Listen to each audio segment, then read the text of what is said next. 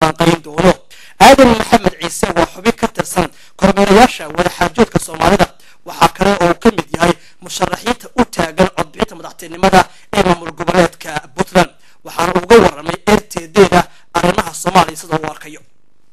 arrimaha ka socda waa arrimo runtii u baahan shaqo aad iyo aad u fara badan. waxaan ogahay dad badan inay ku hawlan yihiin, jamciyadda qurmaha ka dhaxaysa ay ku hawlan tahay, dowladda Jabuutina culays aad iyo aad u badan inay iska saartay, dhammaanna ay ku leedahay oo aanu aad uga shukriyayno haddaanu Soomaalinahay kulligaya. waxaa ka mid ah dad fara badan oo Soomaaliya inay ku mashquulsan yihiin dhinacyada aan jeclahay anigu inaan wax ka qabto. anigu shakhsiyan awoodayda waan saaraya, shakhsiyan already-na waa bilaabay shaqada iyada ah. waxayna u kala qaybsantaa in la heshiisiiyo dowladda iyo mucaaradka, in la heshiisiiyo dowladda dhexdeeda, iyo in la heshiisiiyo mucaaradyada kale iyo dowladda oo dhan in la wada heshiisiiyo. anigu waxaan fursad u helay maantay dee inaan la kulmo madaxdii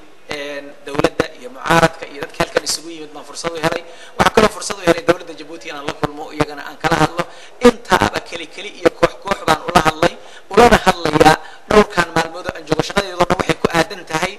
shirkaasi siduu u najixi lahaa uusan u khasaareen. waxaan rabaa in aan idhaahdo dadku waa in la isu soo dhawaada, qofna siduu rabo keligii ma heli karo. cid waliba waa inay dantii maslaxadda la isugu yimaadaa, waa in dalka Soomaaliyeed la dhisaa, waa ummadda aan jabtay in loo fekero waayo, inaan dhinac iska dhigno qaladaadkan yaryarkaa iyo hebel baa wax ah iyo hebel baa wax ahayn, inaan kulligood gadaal iska dhigno. waxaan finally kusoo gabagabeynayaa arrintaas waxaa sal iyaduna u ah gobollada Soomaaliyeed oo loo baahan yahay in dowladda ay laga abuuro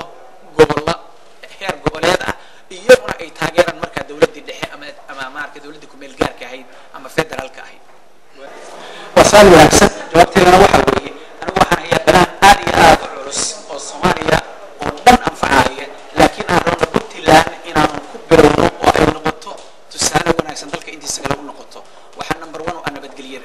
ذلك أردنا أنا بتجليه هذا نمبر 1 قلت لان أنا بتجليه نمبر 1 قلت لان ساد أكتهاي خلق بيقود الجناجرتي، لكن بلا هندمة أما السنة هندمة خل فرق بدن بعصور جاي وكم دي هاي قبل هذا قار كم إذا إن لقب صدي ويكم تاي قال كعي أمان كيدي حنتهاي ويكم تاي مقالة بوسع صدي إن لقوا أفضوبي ويكم تاي محن كرا برعد بلد إن يودك الكتمت ويكم تاي نقاله إلا ويضل كإرفات سيهن ويكم تاي سعر بركة ويكم تاي إن تاسودنا اللي يسوق جاي نبت جليدي إن يكون جرته علامات آدي هو صيصة وحال أنت قوسي دريه يونايتد نيشن كجمعية قرمها كل حيث شركة اللي قبتي بشي أوغس السنة كان وحاول إلى هذا بنتلان وحنا نسي علامات اللي يرى نمبر 4 معنا يدو حوي أمان ما بنتلان نبت جاي فريق بحيسة سدرت ددكي جوجي وجمعية قرمها كل حيث مثلي وإنك الصبحان كوي ما أركيس بناك كجوجنا بجلي كران سي إمرجنسي مو يعني تاس معنا يدو حوي وحاول أوركرا internationally recognized the weakness of the security of Puntland. نبت جليدي Puntland وحل يسكر راعي إن أدوك وكم قانت كعي إن آد وتاج درنتاي مركا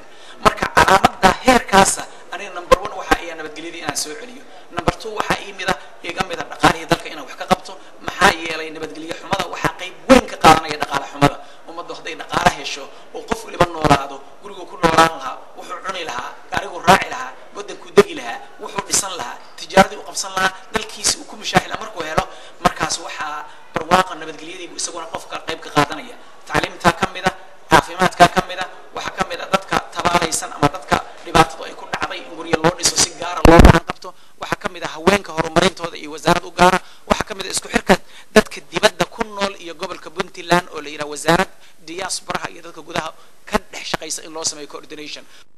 إذا أورك على